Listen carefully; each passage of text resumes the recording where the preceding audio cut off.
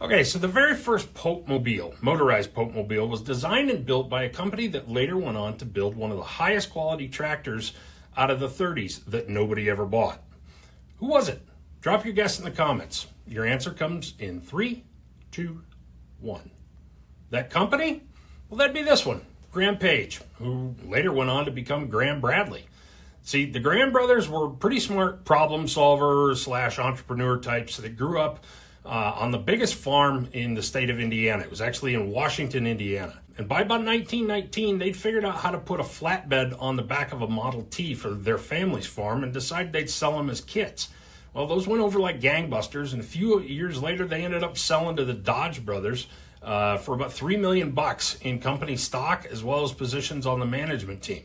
So yeah, they basically invented the first Dodge Ram.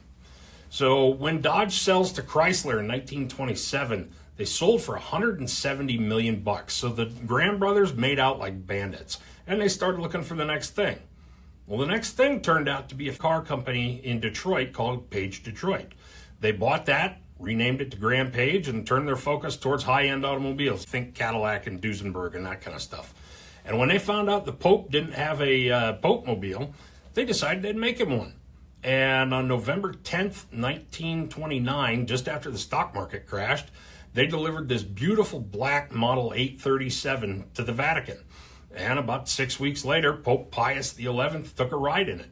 And believe it or not, that was the first time that a pope had been outside the walls of the Vatican in close to 60 years.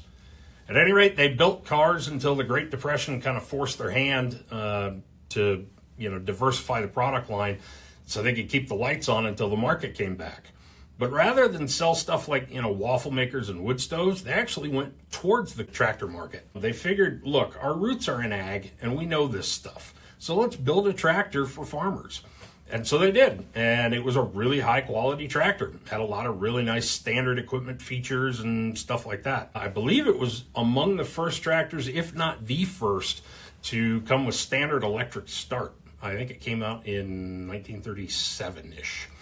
And to offset the cost of manufacturing and marketing, they partnered up with the biggest retailer on the planet, Sears and Roebuck. See, Sears already had a line of farm equipment that it was selling under the Bradley name, so on paper, it looked like a great idea.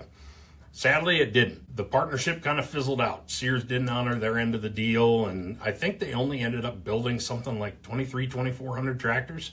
We don't see them change hands too often these days, but I'll tell you what, when they do, well, they bring a hefty price compared to their competitors. Anyway, thanks for watching. We'll catch you on the next one.